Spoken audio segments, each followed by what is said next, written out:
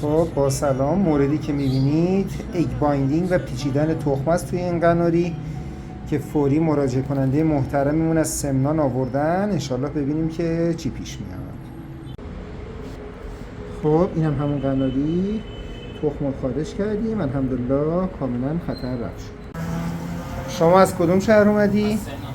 خب بگو چی شده بود پرندت؟ پرنده‌مون تخمش داخل مقب گیر کرده بود، پیچیده بود و چند ساعته اومدی از سمنان؟ 2 ساعت راه بودیم. باریکلا، این یه آفرین داره.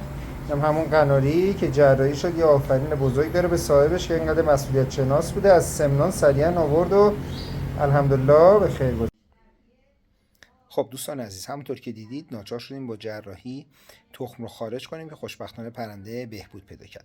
یادتون باشه تغذیه غلط، فرم نامناسب لگن، جوان بودن پرنده، تخم‌گذاری های مکرر، همه اینها میتونن منجر به پیچیدن و اگ بایندینگ و عدم خروج تخم بشه.